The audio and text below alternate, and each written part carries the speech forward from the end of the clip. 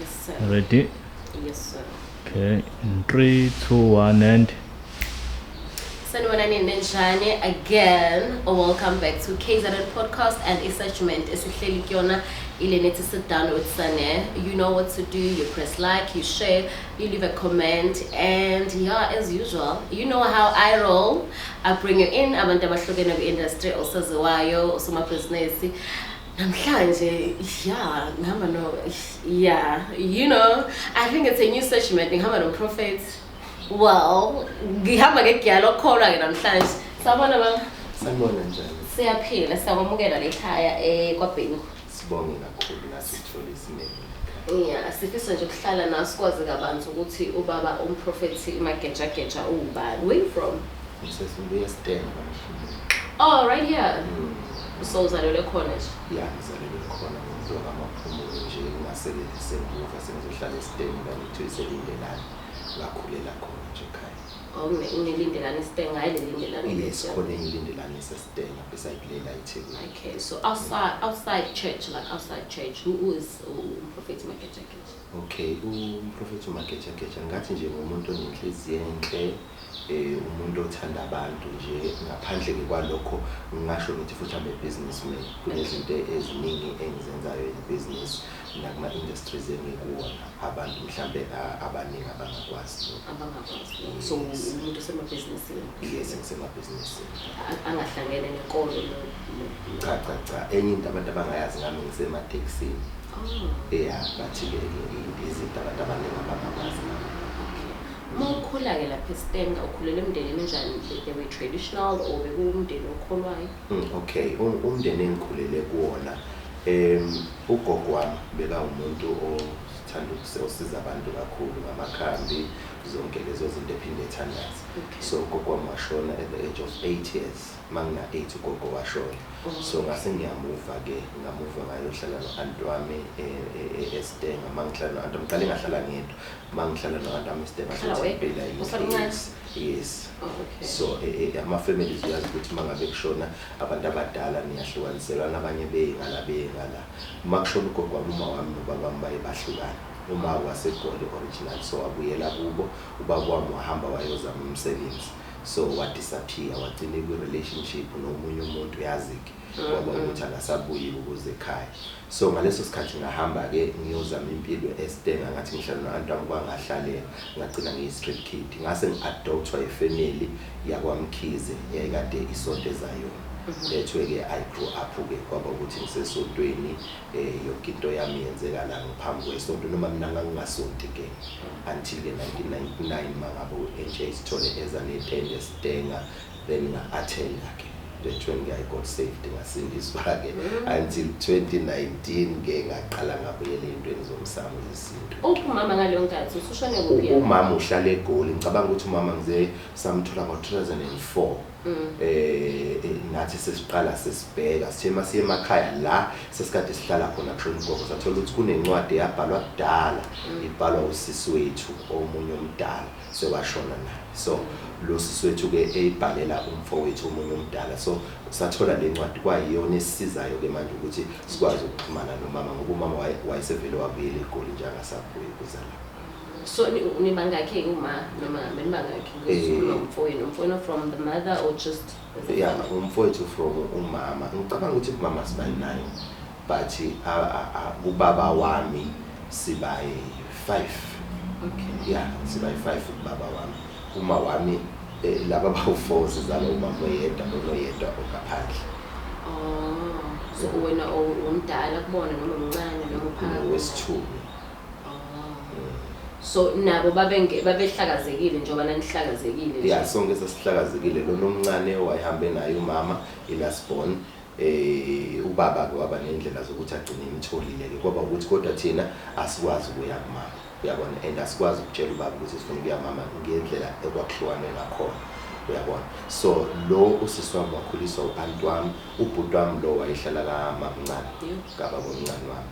So sakhula kanjalo ke. Ithe mase ngi-adopthiwe kule family yakamkhize mina nobhuti wami lo mdala sasiyahlangana sabana bonke. So umama wathatha i-accountability mesenimbona ngo-2004 ngisho besemdala naye manje. Yeah, ngingathini nje sasise abantu abasondayo. Oh. So azange sibe nokuhlala phansi mhlambe kuthiwa sabe nje sajabulela ukuthi at least uyaphila sesimbonile yabona. Icondition esasimthole sekuyona isidinga ukuthi simnakekele. Singazoloku simbuza imibuzo eminingi ukuthi kwakwenzakalani. Okay, so uthi ngo-2019 uhlangana no NJ Sithole. No, 1999. Oh, 1999. Yes, ngihlangana no-NJ Sithole ngasindiswa, but ngaqala ukuba active nje 2004 ngaqala ngoba ngase ngishumayela nje kushumayela 2004 until ke 2019. U2019 wona engaphumela ubala, but i-conviction yami yabantu laba amadlozi yaqala ngo-2017 ngayenza ngisindisiwe ngiyifihla, 2018 ngiyifihla, 2019 then ngase ngiphumela ubala ke. Okay. So khathi usindiswa wakunjani wabonani ngale nkathi? How was it like?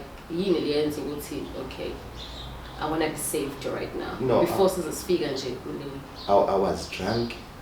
Then ngizwe ivoice. Ngizwe ivoice nje yakhuluma kimi ukuthi angihambe ngiye etendeni. Mangifika etendeni ngafika nje sekuthiwa liyini ithemba lo ngenaNkulunkulu imihle yakhe inqunywa ngaya phambili. Alright, ngesikhathi ngiqala it was a joke. Uyabona ukuthi nje ngiye phambili ayikho into special, but kumina into eyangithusa lo ngesikhathi eshumayela uNJ Sithole ngangine picture yakhe kodwa ngingamazi engqondweni ngesikhathi ngisuka ekhaya, because mina ngafika sekubizwe altar call intshumayela ngizwana. So le picture nginayo mangithi ngiyafika hayibo lo muntu lona osengqondweni yami nangu, uyabona ngiyambona exactly. So 2004 yaphinda yenzeka lento kushumayela onye umfundisi wasemandeni othi MP Twala. Yenzeka lento then ngaqala ngase ngiba serious no man khona into ethize eyenzakalayo ngami, uyabona. So ngaleso sikhathi iproblem yami ngiadoptiwe la ngihlala emzini waseZion, ngala sengiqala ngo-8 ngiyokhonza ngala ebandleni labasindisiwe bese ngiyabuya ngo-11 ngingene la eZion. So into eyenzakala futhi yabo nje ngithandazela abantu mangibona into ngithi ngixoxa nomuntu vele athi umuntu uyaze kanjani lento ngoba iyenzeka kumina. So ngaqala kunomfundisi oloke ngivakashela kwathiwa wakambatho Linda Mbathe lokho esivakashela njalo endlini ngimbalekela ngelilanga ngifice uyabo ethi unginikeza icounseling. So ngaqina ngiserious kanjalo ke. Icounseling yani manje? Angithi phela ungibonile ngimukela uJesu etendeni manje seyangilandela. Oh yeah, they used to do that. Ungaseze esontweni. Yes, ngagcina ke sekukanjalo. But omunye umuntu owangisiza khona umfundisi sewadlulwe senkosini wakwaPhahla. Bekuthi mangabe mhlambe ngenza into errong ngiphuzile ngize esontweni kanje afika ngincoma athi hey uyashumayela kodwa. Uthola ukuthi mina bengisetshwaleni that day yabo. Athi hey ndoda ngizwile ukuthi ushumayele basindiswa abantu in ayibamba la noma u50 rand alihambe ivangeli yabo. So leyo nto yagcina ngibona sengathi ngidisappointa labantu. Ngaqala ke manje ngafuna ukwazi kakhulu ngalento ngoba ukuthi ke mina mangikholela entweni mina sisanesh ngiyayenza into mase ngikholela ke. Sanesh. That's not me. Angithi? Okay, Sani. Yes. Oh, okay. Yes. So mase ngikholelwa entweni ngiyayenza into. Uyayibona into le. Mase nje umuntu othi into mase ethe uyayenza ayenze 100% ngoqala kanjalo. So uphuma nenike lapho lomndeni uma ungabe okade uadopthe kwena lo wekamkhizi lo weZion ufika nini ukuthi hayi sengayimela manje? Alright, ngesikhathi umuntu ekhula kwaba ukuthi ngesikhathi sesiqala sesisindiswa manje izinto seziyaphambana akusemnandi kahle because sesiza nenye into manje then waqala ubhuti wami wafuna indawo esoqasha kuyona saqasha yabona saphuma siyohlala emqashweni kusaqala manje safuna ubaba ke manje saba in contact uzothuka isimanga ukuthi inamba kaBaba ngalala ngayiphupha ngavuka ngafona ekseni ngafuna umuntu okuthiwa Solomon kwathiwa nangu baba wakho ngakhuluma naye baba then sahlangana ngathola ukuthi usesebluff mina ngokwazi kwami bengazi ukuthi ufunda imisebenzi eGoli. So baba wami phathi sebluff sahlangana kanjalo ke sathola isite iyesula eThekwini kodwa sibonana. So thina sesesidenga sathola isite ke saqala sakho umjondolo that when ke saqala ke sahlangana saba ifamily. Wasuba strong kulento yesonto. Yase strong vele kulento yokusonta. Wavula ibandla lakho uvula nini ibandla lakho? Ngise Faith Mission but that time anginali ibandla lami se-Apostolic Faith Mission. Ngaze ngagcina Faith Mission eqala ube umshumayeli kanjalo umvangeli kanjalo uhamba ngama stages akhona ukuthi bebone umsebenzi ongenzayo. Okay. Mase bekubonile begcina usuba into enkulu khona. Yes, angithi mina ngesikhathi usalinda mina ngaqala ukhole Faith Mission ngisewumshumayeli ngenxa yendlela engangisebenza ngayo. So uya decide ikomiti ukuthi no anginikezwe stipend. Ngaqhubeka kwazi kwagcina ke sengumvangeli kanjalo ngagcina sengihola ke.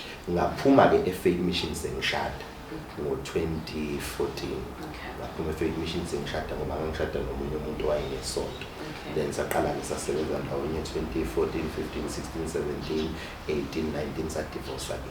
Then ngaqala ibandla lami ke. Senale conviction futhi yamathongo ke. Yes. So lo muntu oshada nawe esindisiwe? Yes, wayesindisiwe. Do you think umshado mhlawumbe wasiswayela ukuthi seniqala usuqala ukukholelwa entweni ezisemaceleni wena? No, angicabangi kanjalo. Iqiniso lithi ngesikhathi ngishada 2014 ngaphaphama sengishadile angazi nami ukuthi kwenzakalani. So ayikho into engathi umshado wethu awungasebenzi nje. Sasingazwani ngisho njalo. Papa manje ashadile uyangathekisa uyabona ngabe uzoshada umuntu angithi wa ne process yokumthanda nenze zonke lezi zinto mina ngashada 3 months sazela. Uyabona lento yasemasonto phela ngithiwa love at first sight. Mase ngicabangisisa kahle no man ngapha mase ngishadile. Honestly I really can't say ngangimthanda because ngashada ngiyithandela uma wengane yami. Beyibona lonto le. Ubunengane ushada. Yeah, ngingane ezi4. Ezu4. Yes. How many from umshado? Okay, ngingane ezi6 manje. Okay. Yeah. So ngashada ngathini? Ngashada nje nginengane noma wengane yami si right ngimlobolile. Angazi ukuthi kwenzakalani ngapha phama sengishadile nje. I don't know ngempela ukuthi kwenzakalani.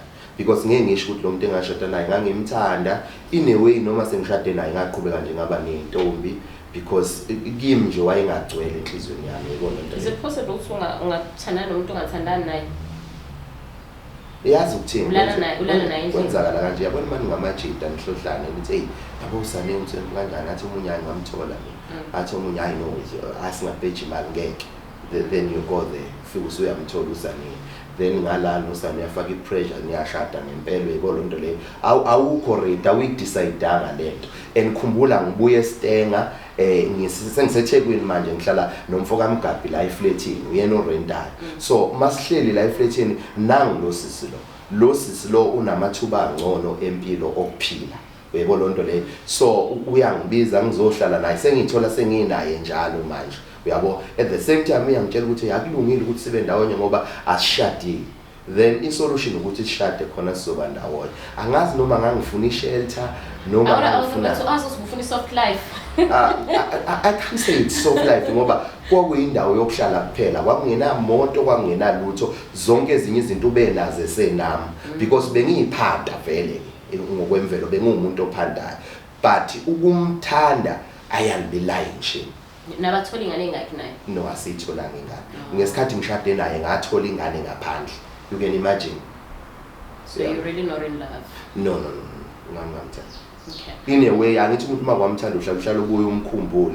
Mina nje angikaze ngimkhumbule lokhu divorce ngakhohlwa nje. Ngiyangihleke mangikhonyiswa umuntu awashada noSibani bakhe ngihleke. Were you married to umfundisi, right? Yeah. Ulungi M.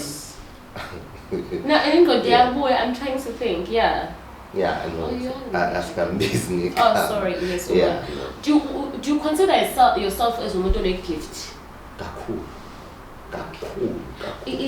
Ucabanga mhlawumbe igift yakhe inkulu ngalendlela ukuthi inokuhlupha mhlawumbe? Yeah, inkulu igift yami kakhulu. The more ngikhula manje ngiyaunderstand because since from 2019 ngaqala lezi zinto zamathongo uyabona understand calling yami ukuthi okay mina ngibizelwe lento kahle ngicabanga ukuthi sengiyayimanage but iqala ayibenginama problems kakhulu ibingihlule. Yeah, bengihlula. So usuyazi exactly manje ukuthi kudingakalani kuwena? Yes, sengazi kahle manje ngiclear manje. Iziphi izinto ozenzayo to fulfill this gift? Okay, izinto engizenzayo ngiyayinakekela njengokuthi nga-understand mina sisane ukuthi ngumuntu wamanzi akufuneki ngihlale isikhathi eside ngingayanga emanzini efanele ngihlezi nje ngisondelana namanzi into yami clean iyawathanda amanzi kakhulu ukuze iqhubeke isebenze nga understand ukuthi ngumuntu womuthi ngiyawusebenzisa umuthi mina khona amathonga akumina alashwa ngomuthi kuphela ngisho ngathandaza kanjani ngeke kwenzeke lutho mase kuvukile kudinga ukuthi ngibe nezihlahla ezithize engizidlayo nga understand ukuthi ngumuntu omsamo kakhulu yabo so ngicabanga ukuthi sengiyakwazi manje ukumanage gift yami sengiyazi ukuthi makunje isuke idingani makunje kusuke kudingeka ngenzeni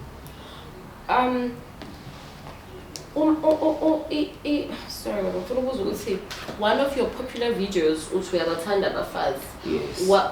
Why is it important as a leader or as umuntu osebandleni to show your weaknesses sometimes? Okay. Inhloso yami yokwenza lokho yazi you see mawumfundisa abantu besifazane baba comfortable kakhulu eduze kwakho.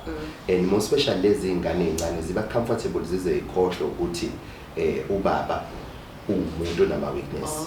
So I'm trying to show them ukuthi ngumprofeti doesn't mean ama weakness awekho. Sinama flop abantu abasalifuni isonto sibalimazile because siziveze siyabantu abaperfect kubona kanti asikho njalo. So ngizama ukuthi umuntu osondele eduze kami akathe sondela azi ukuthi kuneside lobuntu ekufanele ukuthi bayibone ukuthi liyavuka ulibalekela kanjani kimi ukuze angazigcini esethola into angayizelanga la ngithi la uzela ukuphila kanti uze endodeni the more seba comfortable kakhulu izogcina indoda ivuka ubuthakathaka bakhe the next thing indoda izithola isiyenza into wrong again. So ngizama ukuvusa le generation ezemva kwethu ukuthi abefundisi babantu ningakhohlwa ukuthi basenyameni mfunde nje umfundisi wakho mayeseqala evukwa izinto zenyama ukwazi ukumbalekela avoid because kulula ukubalekela into yaziyo kunokubalekela into ongayazi. Don't be comfortable kakhulu as ukuthi indoda leyo udila nayo. So iyona picture engangifuna ukuyipainta le ukuthi nabefundisi ngibanikeze ithuba lokuthi madoda ake siphumele obani ukuthi siwobani singambathi isikhumba semvu kanti siyimpi sasivele obani ukuthi sinama weaknesses so that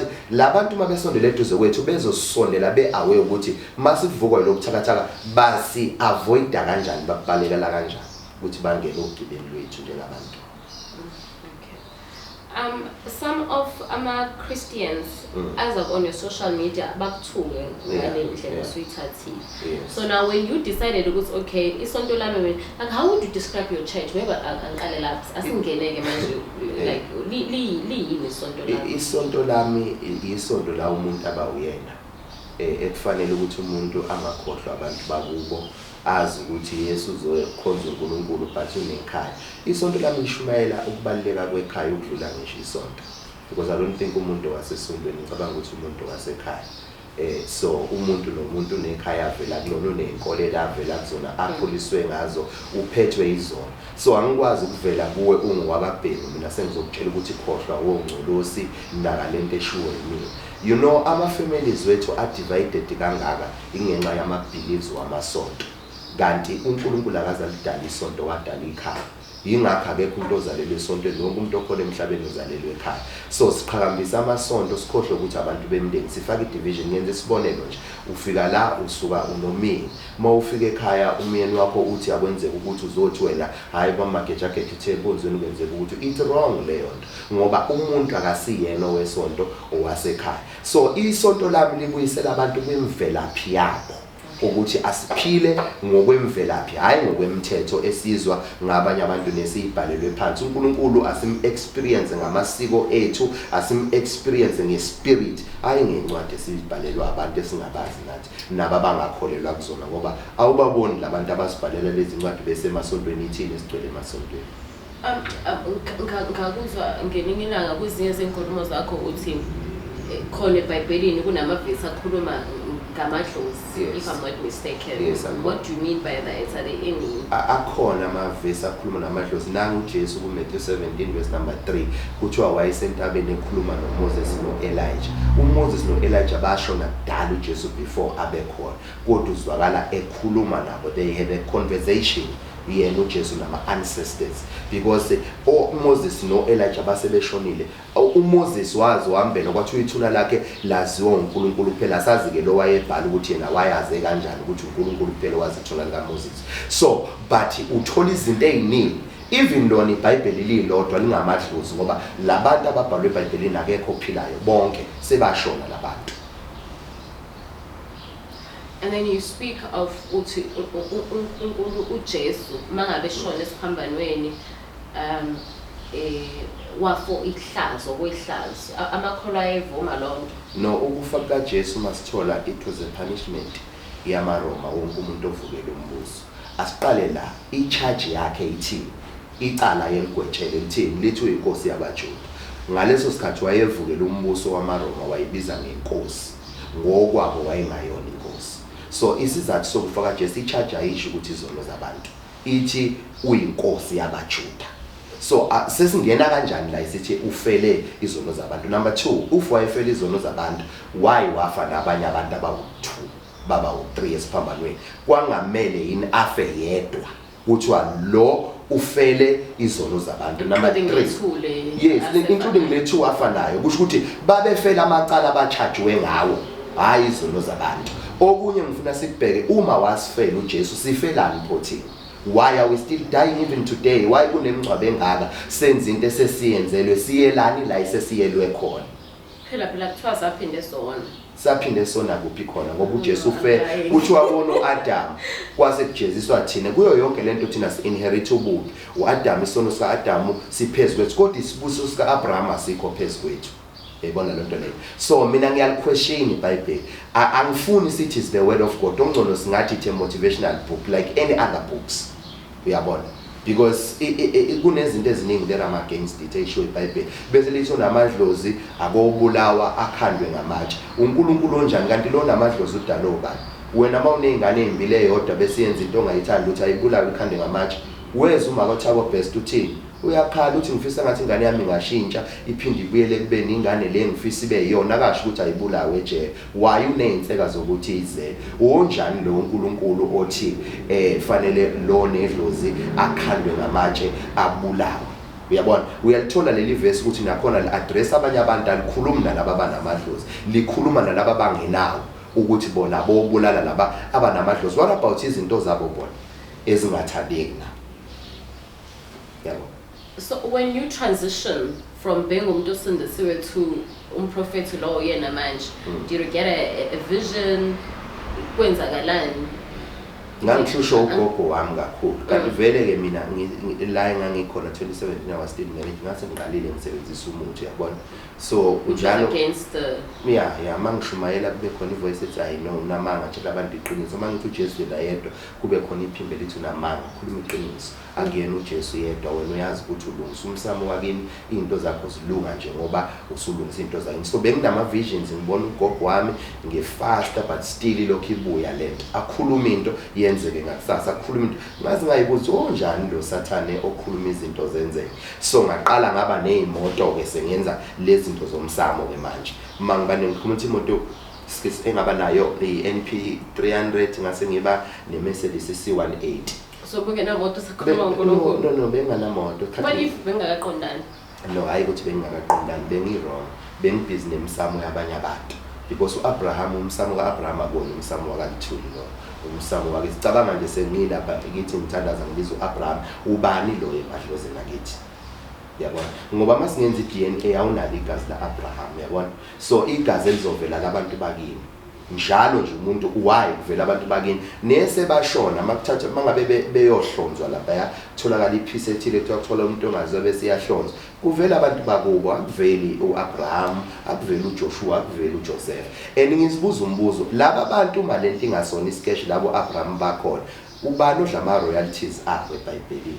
Because ama royalties story sithinta ingonyama ushaka aya lapha endlunkulu. Ayapha ama royalties apha adloba nama royalties kaAbraham, kaPauli, kaPetru. Uf labantu bake ba exist. Do you think ama families zabo ngaba wafuni na acknowledge ukuthi yithini esizala uPauli, yithini esizala uPetru? So in other words uthi labantu baseBhayibhelini ngase bakazi ba exist ngokucabanga kwabo. I doubt majority of them ukuthi bake ba exist. Ngicabanga ukuthi izitori nje ezathathwa ngokuhlakanipha zahlanganiswa njengalesi sikaHure nje sokuthi wahamba phezulu kwamanzi noKrish. Khona izitori ezirelate noHure, khona izitori ezirelate noKrish lapha eBhayibhelini, kodwa bese ziya round off zonke kuthiwa hayi ezikaJesu. uyabona ngikwenzela isibonelo kufana nokuthi nje yena uJesu ifamily yakhe umuntu omkhulu kangaka do you think ifamily yakhe ngaba ifuna ukuacknowledge yaziwe ifamily yakaMandela Moses siyayazi siyayazi ifamily eyabantu abaningi abashona yabo Chief Albert Ntuli siyayazi iphi ifamily efuna ukuvela obala ithi thina siyifamily yakaJesu iphi so ucabanga ukuthi ngabe isakhona abazukulu bakaJesu izizukulu zezizukulu kuyazalwana mase so in other words enganasi sakashaka isizukulwane esisekhona so in other words ngokwakho nje noJesu akazaphila but wombone nje lengesiphambanweni well ngimbona kanjani ngabona uNJ Story kana ngisebenzisa uJesu ngaconvincewa amazwi kaNJ Story hayi ngaJesu so angazi ngimbona uJesu elengesphambanweni njalo mangicabanga ngoJesu ngicabanga iPassion of Christ majority of us sicabanga umlungu lomhlophe abamgwazayo sicabanga imovie nje sayenzela but then the Bible that you've been reading speaks about uJesu nje a lot lo seBhayibhelini uyaphika manje angichaze kanje angimphiki uJesu kwabakholelwa kuyena kodwa mina ngikholelwa edlozini lami la kumvele ngqala uNkulunkulu kodwa bakholelwa kuyena no I don't criticize ngifana neIslamic mina angeni lapho kodwa futhi angibacriticize abantu abakholelwa kuzo lezo zinto enjalo uthi uma ngabe bethi I think I don't know what it's Bartimaeus whoever owathi uJesu ndodana kaDavid so in your way to believe ukuthi uDavid the what Bartimaeus Jesu ndodana kaDavid ngoba uDavid is an ancestor i-ancestor ngokwaba ngithi bathi uJesu ngena kwilineage yakhona kaDavid angazi nakhona kanjani explain ukuthi kanjani so uyingoba kuthiwa ngoba uNkulunkulu wayethembisa uDavid ukuthi umkhulu uyozalwa kwakhe then mayithi Jesu ndodana kaDavid usho uDavid ufile ngaleso sikhathi so umbiza ngeancestor yakhe so mina ngokwami saziwa ezweni lemimoya ngabantu bakithi abahamba emhlabeni asaziwa ngalabo baseBhayibhelini mhlambe singacishe sithi iBhayibheli isibonelo sokuthi nathi singaxhumana kanjani nabantu bakithi kodwa singasho ukuthi yilona ekufanele sisitike kulona because lo nkulunkulu akashintshi yena lokho wabhala 1000 years encwadini namanje akaguquki akakhuluma fanele njalo umbambe according to the scripture uNkulunkulu wencwadi no uyabuya nje sekusele kancane lokusaza mhlambe ngenza nje usuphendula lento ekhuluma ngoba insuku zokugcina uthanda insuku zokugcina niyokwenza nje saza lapho insuku zokugcina lunini lumhlaba lo suku lokugcina saza lapho insuku zokugcina no baba bethu bafa bethi insuku zokugcina sonke siloku sifa nje nabangaphambi kwethu babethe insuku zokugcina siloku sifa lezi zinto ezenzakalayo sane aziqala ukwenzeka bezenzeka way back 2000 years ago bezenzeka ngizenzela isibonelo uma benze research nkathi kufika iCovid ayiqala ukuba khona into eyenza abantu bafaka ama mask ike yaba khona before umlando uyaziphinda emva kweminyaka ethize angikhola mina ukuthi khona uJesu obuyayo angikhola ngoba yena ungani bathi oyenyokayo waphinda wehla wasipha iphiwo zikamoya basho kanjalo mabashumayela imphi lo buyayo ngoba kuthiwa nje ukithi ngomoya uzobe sebuya kanjani futhi nibuye nithi ukithi ngomoya so kune confusion ekhona lapho. Do you think the debate between isintu nama Christian will ever end or stop siyophila kanje ukuthi lo ukholelwa kuloko ukholelwa lo ngeke isiphele more special ama Christians are emotional and stubborn but they are very stubborn and emotional. Every time ungena nabo with debate they will tell you according to the scripture ngeke akutshele ngemvelaphi yakhe according to the scripture yingakho kwi rate yama divorce ibona abaphezulu kakhulu kwi rate yokwenza izinto ezimbi ibona abaphezulu kakhulu because these people they know themselves you know ukuthi mabhengu lento abayishoyo yonke abakwazi ukuyenza there is why bekuma front page bajolile kodwa bathi ngajona baphili opposite yempilo abayisho ngalo wade bhaliwe uthujolile noma yishona no bengekho even nawe ukuthi khona obhaliwe nxese Nkosi yamanga befila kanjalo no nami phela bengingcwenyayo lento and ngingcwenyayo ngazana nabantu abaningi ebebeshumayela bengishumayela kuma platforms amaningi mina bengaziwa yabo. So ngazi ukuthi impilo yelapha iphilwa kanjani. Even bona namanje yazi ukuthi bathini kumina mabe bekhuluma namafundisi bakhona emageja mfethu awunginike lento oyenza ngayo. Because they don't believe lento yabo ingabenza beba abantu abangcono. They will come and say emageja mfethu yazi kodwa ukuthi ngiyasaba ukuthi wena ngiyela ngizokhuluma kodwa mfethu ngiyafisa ungisize izinto zami ayihlangani. Kodwa emva kwalokho bese epulpit akhulume opposite yalento kade yisho kumina. They believe even mina ngithwele ngenyoka. Ngoba kwalento abayishumayela yabakhola ukuthi ngenza impilo yomuntu ibe ngcono. Nayo lempahla ithi ngqongqotho uzovulelwa kodwa abantu bangqongqoza akuvuleki iminyango. Ngoba sinokhiswa ngokwencwadi uNkulunkulu simbhalelwe phansi asimazi uNkulunkulu. Uyabona simbona ngokwencwadi ngokwemibhalo esebenza kwabanye abantu kuthiwa cela uzophiwa bese bethi kimi ke hayi mageja wahlulwa ukuthi izinto eziphatheka zazingenzeki. Mina ngikaze ngifuna into ephathekayo yili iBhayibheli langisukela la ngithembisa izinto eziphathekayo lathi mangicela ngiyophiwa mangingasacela mase ngicela ngingasaphiwa akumele ngiquestion into engiyithenjise wasushintsha indlela. No ngangivele nginama visions but angiyisoli ukuthi ngashintsha into engangisebenzeli ngangena entweni engisebenzelayo and ngangivele ngiobserve ukuthi abantu laba bamadlozi izinto zabo zihamba kahle vele kusho ukuthi khona i-error khona between thina nabo laba bantu.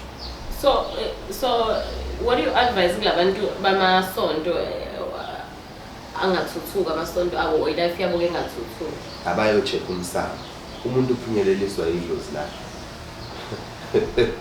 akungelo siphumelelisa umuntu akayolungisa umsamo wabo umsamo by the way into engadingi imali imbuzi nempepho hambe ulungisa into zakhe emsamo awudingi inyanga awudingi sangoma awudingi improfeti uhambe yokhuluma ulungisa into yini umsamo yila ithe ngathi the system of authorization yila okwazi ukuthi iportion la okwazi ukuyinquma ukuthi la yila ngijika khona izinto engixhumana khona nokhokho bami i-altar ngelelimi lweni lokholwa kuthiwa i-altar. Uyabona umsamo ufana nepulpit esontweni. So yonke ifamily fanele ibe nepulpit layo hayi ukuthi igcine esontweni kuphela ngoba abantu akubona basesontweni. So yila abantu abayakhona. By the way umsamo omkhulu yena umuntu ngoba amadlozi akini aphila labo wema usuthatha iportion ethi uyikhatha la kwakho usuku usubalethe ukuthi yonke into yami ngifuna nibe khona ngiyona. So le ndawo yila mina nani esizokhuluma khona sihlangane khona sidiscuss indawo zala ekhaya isigodlo la kugodlwe khona imfihlo namandla ekhaya. How often am I supposed to go emsamo wami? Mina ngiya every day. Okay. Mangivuka nje kuseni ngiqala emsamo before ngize la ngibikile ukuthi ngiya ku podcast kanje ngicela nihambe nabo. So would you say umsamo ufana nomthandazo noma ususubstitute umthandazo nomsamo? Umsamo kahle nomthandazo into eyodwa lesithi ithiwa indawo yokuthandaza ngithi into eyodwa just that uma uthandaza most of the time uvamise ukunhlanhlatha kanti emsamo ubeka indaba iqonde ukuthi ukhuluma nezinyanya zakhe. Inhlanhlatha manje. Umhlanhlatha ukuthi nje uthandaza lawo uthi wena umveli inqangi wena ushaya amapiki emzini phezulu komuzi kafana kodwa uwazi. So is it so ukusuke mhlambe ngoba usunalo lolwazi lo kusuke kanjani sithi umsamo ungcolile? Okay umsamo makuthiwa ungcolile most of the time uzothola sikhona umuntu ogangile ekhaya omunye uhambe wayenyangelo alandilwane lethoni sekuyizilwane ezidominator ekhaya kungasewona amadlozi adominator ngenxa yezenzo ezithile ezenziwe la ekhaya noma khona umuntu othize okuvalile. Kodwa lo nto uyilungisa akudingi umuthi njoba ngisho kudinga nje impepho ubilisa impepho uhambe uyochela ugeza umsamo wakho lapho ugeza amathuna kini uqede uthatha imbuzi uhlanganise nenyongo uphele igcebe ugeza igceke uphinde nihambe nithathe niyogeza niphume ngaphandle ngoba umsamo omkhulu phela wena la idlozi lakhe lihlala khona kakhulu. No prophet why ubizwa ngomprofeti? Okay. Awubizwa ngumfundisi ubizwa ngomprofeti. Ngaqala ngisasindisiwe kahle mina ngiyena ngisho umprofeti amesithiwa lefinista ngumuntu wezimfihlo wezifihlakalo.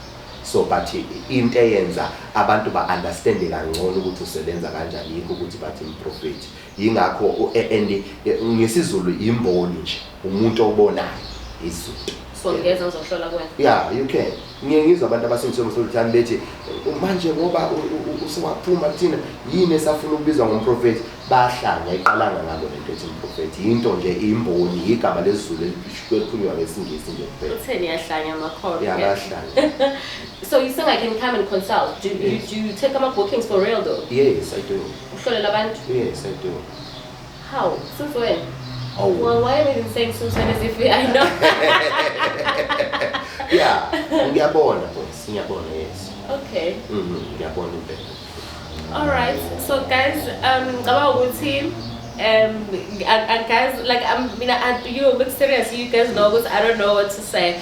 So Professor Maketshaka sijabuluba nawe mhlambe yini ongathanda ukuthi sivale ngayo ukhulume nababukeli bethu. Okay, mina ngingathanda ukuthi ababukeli ababe bafocus ekubeni ibona. Baphelile abantu bakithi emasontweni kudlalwa ngabo. Baphelile abantu bethengiswa ukufa nokwesaba. Labantu abamhlophe abasithembisa ihogo nokwesaba bona badla impilo. Ba enjoy ama resources ethu as an African. Badla yonke impumelelo yethu, badla yonke izinto eziphathwayo kulokuthiwa thina siyobangcona ezulwini. Impilo yomuntu umsamo womuntu, impilo iphethwe abanikazi bempilo yidlozi lakho umuntu. Ake sifocus ezintweni zakithi ezisiza thina njengesinto esimnyama, sifocus kubuthina kwimvelaphi yethu. Asikho isihlahla esithelayo uma impande zazo zingagxilile phansi ehlabathini. Mhlaza gxila kuma ancestors wethu ayizimpande zethu. Impilo nathi yokwenza okungcono kuthina. Ngiyabonga kakhulu. Nizwile kuthiwa kasani kuthiwa sikho isihlahla Esikipha ama-fruits, ama-roots. Yes. Asikho isihlahla esikhipha ama-fruits uma singekho rooted and being rooted. Guys, thanks so much for pulling through. As you know what to do, you like, you share, and you leave a comment and you watch the adverts. I'm gonna see you on the next episode. Bye. Thank you.